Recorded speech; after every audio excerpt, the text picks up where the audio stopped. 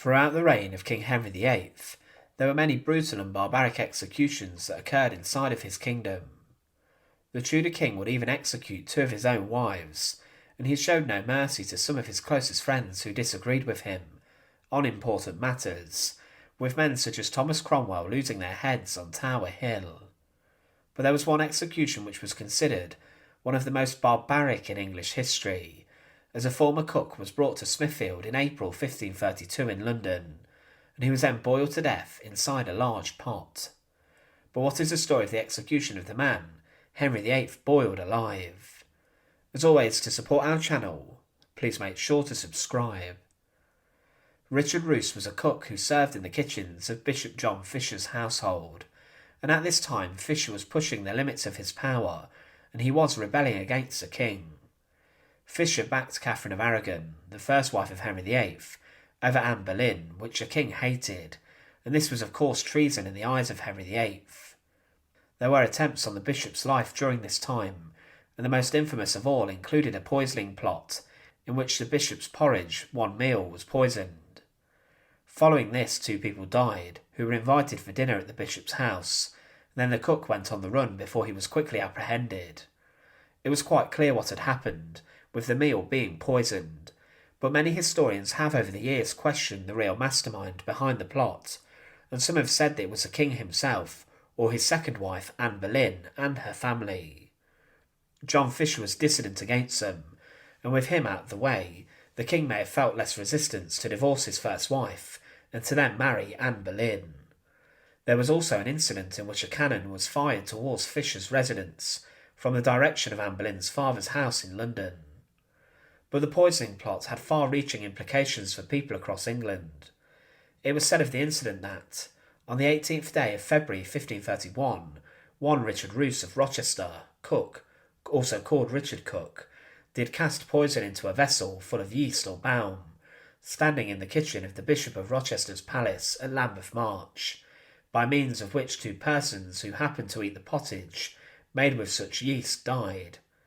Fisher had not gotten ill, due to the fact he was fasting at the time, and Richard Roose was then taken to the Tower of London.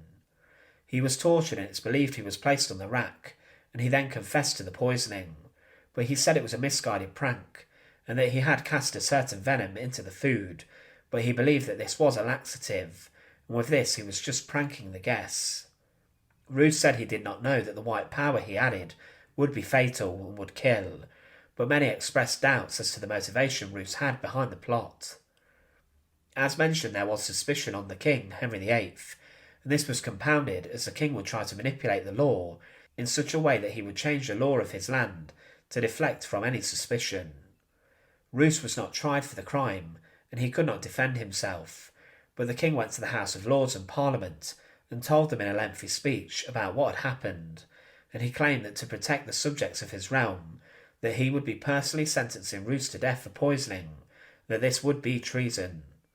He expanded the definition of treason to do this, and said that the attack on authority was tantamount to this offence, and Henry VIII also then introduced the punishment of boiling alive for someone accused of poisoning. Richard Roose was found guilty by an act of attainder, and there was nothing he could do. He was to be executed without any trial.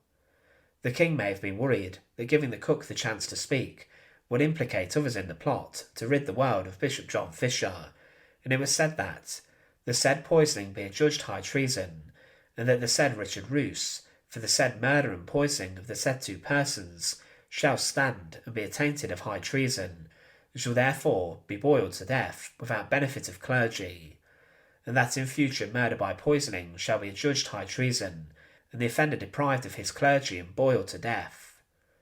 Richard Roose's execution and boiling took place at Smithfield, and it was a symbol of strength by the monarchy to uphold law and order, and to send a clear message to the people of London.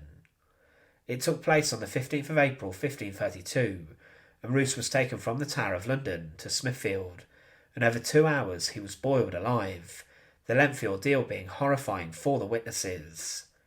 It was said in one contemporary article that Roose was tied up in chains and was placed in a cage or gibbetted, before he was lowered in and out of the boiling water 3 times until he was dead. It was said that his boiling was meant to cause him as much pain as possible, but also that it may have been a recreation of the crime, with Roose symbolically being the poison added to the broth. One Londoner said of the execution, "He roared mighty loud, and divers women who were big with child did feel sick at the sight of what they saw, and were carried away half dead, and other men and women did not seem frightened by the boiling alive, but would prefer to see the headsman at his work." The execution of Richard Roose was one which was incredibly harrowing, and it was clear that Henry VIII did this to show off his brutal and barbaric side. He even had a personal involvement in the execution, changing the laws of the country to accommodate this death. But Richard Roose would be best known for his demise. However, it would only be a few years later that the original target, Bishop John Fisher, would make his way to the executioner's scaffold.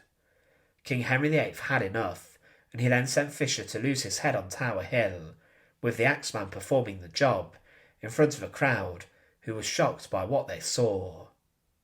Thanks for watching.